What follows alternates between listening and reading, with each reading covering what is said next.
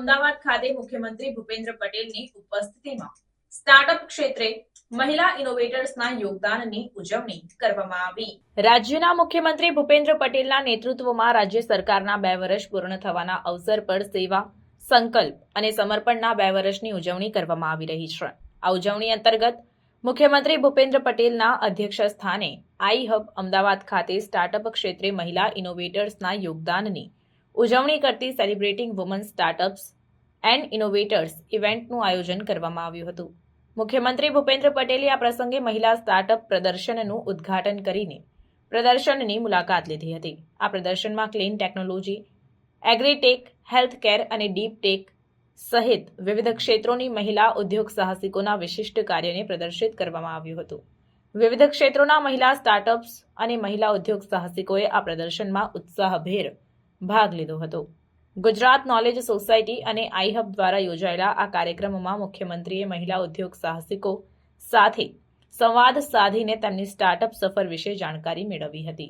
મુખ્યમંત્રીએ ઇન્ટરેક્ટિવ સત્ર દરમિયાન જણાવ્યું કે મહિલા સ્ટાર્ટઅપ્સ માટે ટેસ્ટિંગ અને વેલિડેશન અંગેની સુવિધાઓ આપવામાં આવશે, જેના થકી તેમના માઇન્ડ ટુ માર્કેટ સુધી પહોંચવાના પ્રયાસોને વેગ મળશે। Celebrating women startups and innovators કાર્યક્રમમાં મુખ્યમંત્રી ભૂપેન્દ્ર પટેલે જણાવ્યું કે વડાપ્રધાન નરેન્દ્રભાઈ મોદીના નેતૃત્વમાં digital India, startup India, standup India જેવા અભિયાનોના પરિણામે આજે આપણો દેશ વૈશ્વિક સ્તરે સ્ટાર્ટઅપ ઇકોસિસ્ટમમાં 3જા સ્થાને છે। વધુમાં વાત કરતા મુખ્યમંત્રીએ જણાવ્યું કે વડાપ્રધાને સૌ દેશવાસીઓને બેક ટુ બેઝિકનો મંત્ર આપ્યો છે, જેના પરિણામે રિસાયકલિંગ અને વેસ્ટમાંથી બેસ્ટ જેવા પ્રકલ્પો વધુને વધુ સફળતા પ્રાપ્ત કરીને આગળ વધી રહ્યા છે। આ ક્ષેત્રે ઘણા યુવા ઉદ્યોગ સાહસિકો સારા સમાધાનો લઈને આગળ આવી રહ્યા છે। વિકસિત ભારતના નિર્માણમાં મહિલાઓની ભૂમિકા વિશે વાત કરતા મુખ્યમંત્રીએ જણાવ્યું કે આજે અર્થતંત્રમાં મહિલાઓનું યોગદાન 42% જેટલું છે।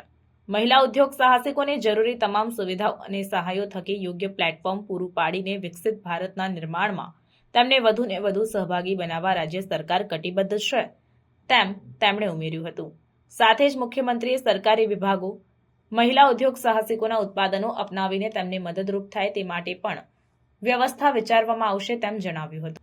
મુખ્યમંત્રીએ વડાપ્રધાનના યહી સમય હૈ સહી સમય હૈ સૂત્રને દોહરાવીને જણાવ્યું હતું કે આર્ટિફિશિયલ ઇન્ટેલિજન્સ, ડેટા એનાલિટિક્સ સહિતની નવીન ટેકનોલોજી ક્ષેત્રે દેશમાં ઉદ્યોગો અને સ્ટાર્ટઅપ્સને વડાપ્રધાનના દૂરંદેશી નેતૃત્વમાં પૂરતી સુવિધાઓ અને સહાયો થકી યોગ્ય પ્લેટફોર્મ પૂરું પાડવા માટે સતત પ્રયાસો હાથ ધરવામાં આવી રહ્યા છે।